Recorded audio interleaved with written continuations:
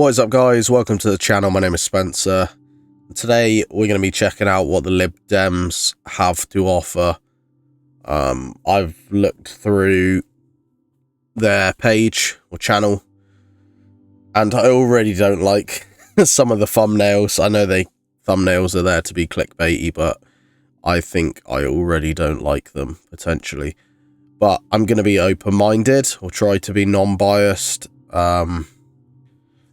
I'm just going to watch this quick roundup from CBBC, because that is obviously for kids, and that makes sense for me to watch. And then just the manifesto from a year ago to try and figure out what they're all about, to be honest. Who knows? The Liberal Democrat Party was formed in 1988, but the party's history dates back to the 1800s. Often called the Lib Dems, they've traditionally tried to have the middle ground in British politics between the Conservative Party and Labour. This is their symbol. There's never been a Lib Dem Prime Minister. The party's current leader is Joe Swinson. The Lib Dems' plans include building 300,000 new homes a year. There are also plans to stop SATs and spend over £10 billion more a year on schools. They've said that if they win the election, they will stop Brexit. That's the UK leaving the European Union, without asking the public to vote again. Until the 2019 general elections, they were the fourth biggest party in Parliament, with 20 MPs. Critics have questioned their plan to completely cancel Brexit without putting it to the public vote. However, supporters argue that their overall plans are more moderate than the two biggest parties, the Conservatives and Labour.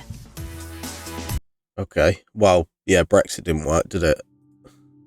But what are they? Liberal Dems now 72 MPs, so that makes them the third biggest party if they were considered the fourth biggest previously. I don't know who was the third biggest. UKIP? Was that even a thing like that? I'm not really sure. I know that was Farage, obviously.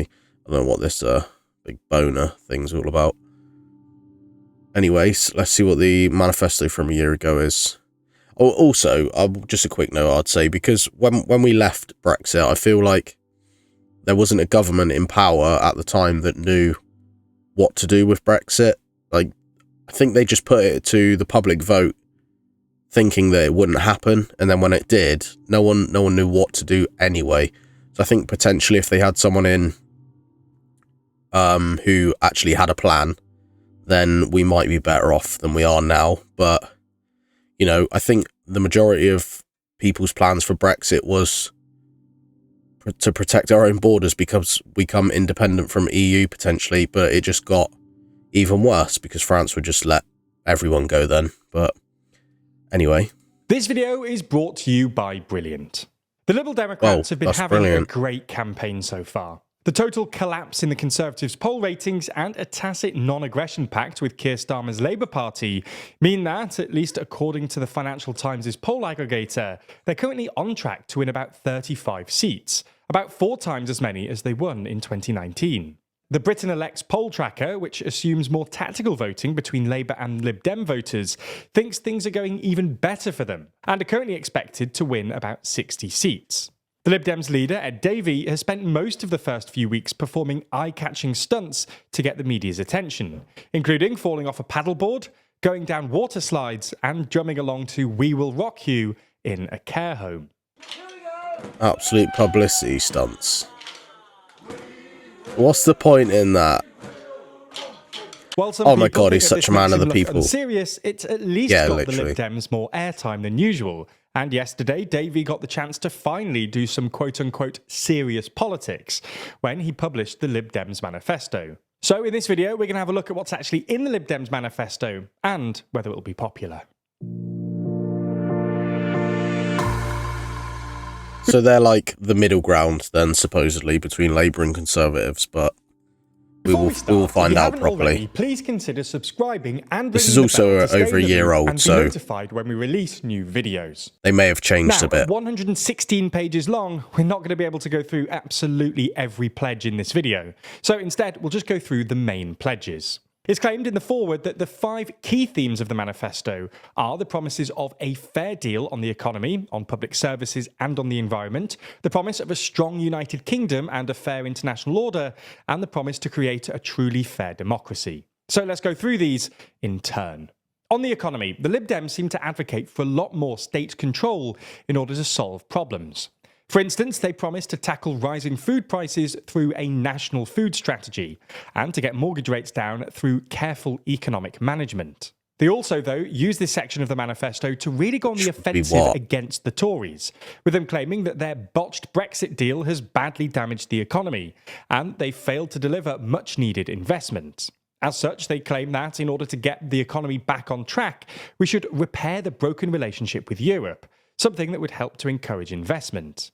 The attack on the Tories doesn't stop there, though. The Lib Dems are keen to point out how high taxes are under the Conservatives, and promise to focus instead on taxing big banks and imposing a one-off windfall tax on the super profits of oil and gas producers and traders. They also claim that they'll close loopholes in capital gains tax, and that, in total, this, alongside reversing tax cuts for big banks, will raise about £9 billion.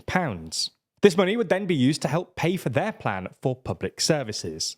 Now, on the NHS, they promise to give everyone the right to see a GP within 7 days, or within 24 hours if they need to, something that will be achieved by employing an extra 8,000 GPs. That's not happening now, is it? You can't even get a appointment at the doctor's. Additionally, the Lib Dems have promised to boost cancer survival rates by introducing a guarantee for 100% of patients to start treatment for cancer within 62 days from their urgent referral. On social care, they promised to introduce free personal care, based on a model introduced by the Lib Dems in Scotland in 2002. They've also promised to increase the carers' minimum wage, create a cross-party commission to reach a long-term agreement on social care funding, and give more rights, such as a statutory guarantee of regular respite breaks, to unpaid carers. In fact, Davy's own personal situation, which sees him care for his disabled son, lends the Lib Dems some credibility on this. His story was featured in a Lib Dem campaign video, and it was very well received by people on all sides of the political spectrum. However, questions have all... I really have a weird thing about food. I would hate that someone's minging foodie fingers on my face. I couldn't handle that. About whether the Lib Dems will be able to raise enough money to pay for all of this. Nick Triggle, the BBC's health correspondent, pointed out that the £9 billion figure we mentioned earlier is just a fraction of what goes on public health and some social care, with the NHS budget increasing by about £10 billion in recent years in cash terms. Even this has not been able to keep up with inflation, though. Jeez. Anyway, let's move on to the next key area for the Lib Dems, the environment. Keen to appeal to younger voters, the Lib Dems have been rather radical here, promising to cut greenhouse gas emissions to net zero by 2045 at the latest. They've announced a bunch of smaller policy to help us get there. For example, by creating a new 10-year emergency home upgrade programme, huge investment into renewable energy, and the creation of a new Chief Secretary for Sustainability in the Treasury. Included in this section too is the promise to hold big companies to account by giving them a duty to protect the environment. This promise would see water companies be banned from dumping more sewage into rivers. The next section is the Lib Dems' foreign policy. The largest commitment here is the promise to immediately fix our broken relationship with Europe, specifically by coming to a new comprehensive trade agreement, which removes as many trade barriers as possible. They also promise, albeit on page 112 of their manifesto, that they'd aim to rejoin the single market at some point in the future. I feel like the most important thing for this country is to be self-sufficient. I know I've said it in previous videos, but the whole trade deals thing, if you're relying on importing so much stuff, then it's just ridiculous. Anyway, you're asking to get screwed over. We just need to put more money into that. I agree NHS, because it's shambles at the moment with appointments, people waiting for months and months to have procedures done, but in the long term we need to be more proactive on becoming efficient. On global conflicts, the Lib Dems promise to continue to back Ukraine and to advocate for an immediate bilateral ceasefire between Israel and Gaza. The Lib Dems have also stated their support for the two-state solution.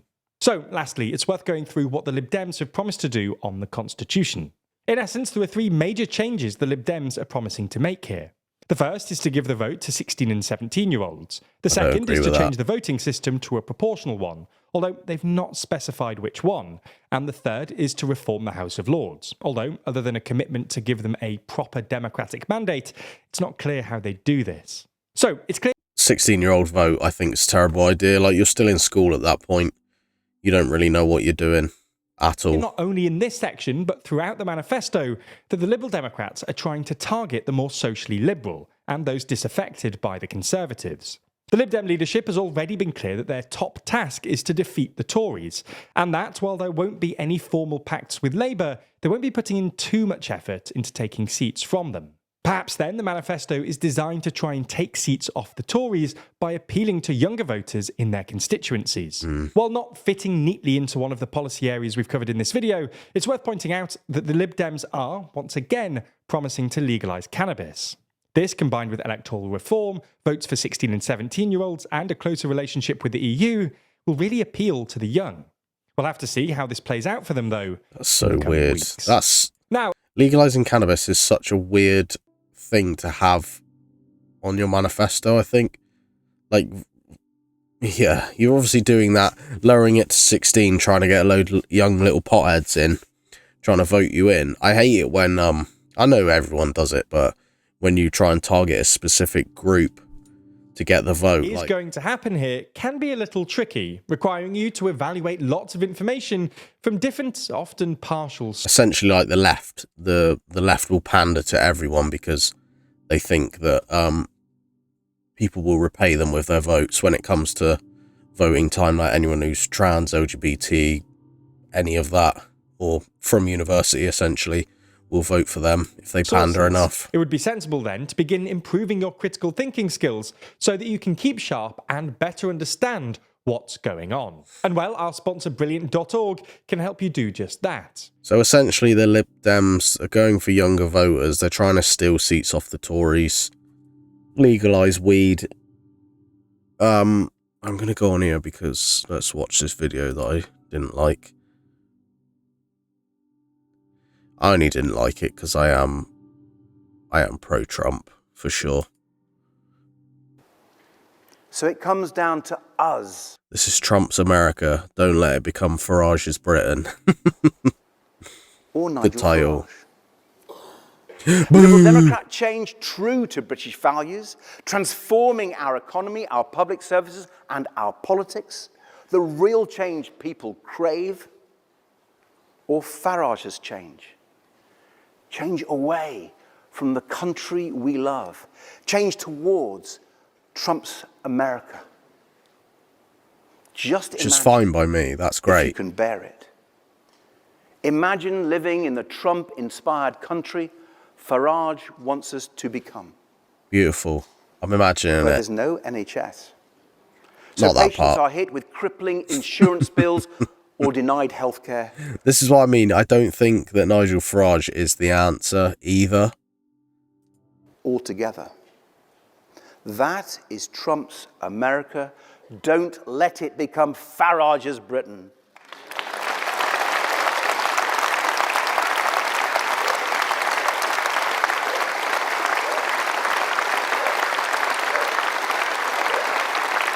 Alright, that's enough clapping now. Don't gas him up too Farage's much. Britain, where we would pay Putin for expensive fossil fuels and destroy our beautiful countryside with fracking while climate change rages on. That is Trump's America. Don't let it become Farage's Britain. I don't think we buy oil off of Russia. Where gun laws Don't they need it right now? are rolled Oh no, that's back. about the only way they get money The now. schools have to teach our children what to do in case of a mass shooting. Trump's America. Don't let it become Farage's Britain. Oh, is he just going to keep going off of that? I don't think that... Well, I'm going to find out on reform, but I don't think that they're going to reverse gun laws. Well, pistols ruled out in the early noughties or 90s. Where social media barons are free to poison young minds with impunity. Trump's America. Don't let it become Farage's Britain. It's free speech, isn't it? That's also free speech, and it works both ways. What? It's not poisonous just because you don't agree with it. Like, there's a lot of lefty things that I don't agree with for sure. But if they're factual, then there's nothing you can do about it. You just don't like it. I try and fact check everything that I see to make sure that it is the truth. because there's so much fake shit going out there. But if you're dumb enough to not do that and just believe what you read straight away, then it's your own fault, innit? Where the government tramples on our basic rights and freedoms unconstrained by the European Convention on Human Rights, where Andrew Tate is held up as an example to young men, where racism and misogyny get the tacit support of people in power, where everything is in a constant state of chaos. That is Trump's America. Don't let it become Farage's Britain.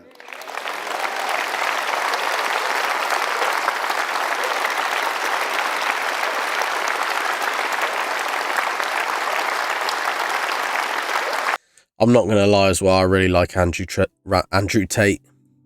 The perspicacity is hilarious. And I like what he stands for. And I know the line between him being serious and him joking about anything, to be honest. It's all a big clickbait, isn't it? But, you know, I think he's potentially a good guy. And I like the way that Trump is handling America at the moment. I think it's great. He can't run for another term, but if he finds a way around it, then good for him. But on the flip side of that, I think that JD Vance will be brilliant as the next president as well, if the Republicans stay in. But I don't know. A lot of these parties just try and make themselves look better, I think, by bashing Farage. Like, their main pull is that they are not reform, but reform's picking up some steam, and I think that a lot of general, or like normal people, normal working class, want a lot tighter border control than what anyone else is offering. So you have to go for the extreme at a cost of other things. Do you know what I mean? As long as you get the main thing that you voted for, I think people are probably generally happier, and then you just take the rest on the chin. But yeah, I think this is the first one where Lib Dems aren't for me. Green Party's not for me. Labour is absolute shambles. However, I did like the Conservatives video. That looked pretty good, but obviously seeing this and Labour being on the left, Lib Dems being in the middle, and Conservatives on the right, that would make sense that I like them more. But anyways, reform next, I reckon. So I hope you guys enjoy this video, and I will catch you tomorrow.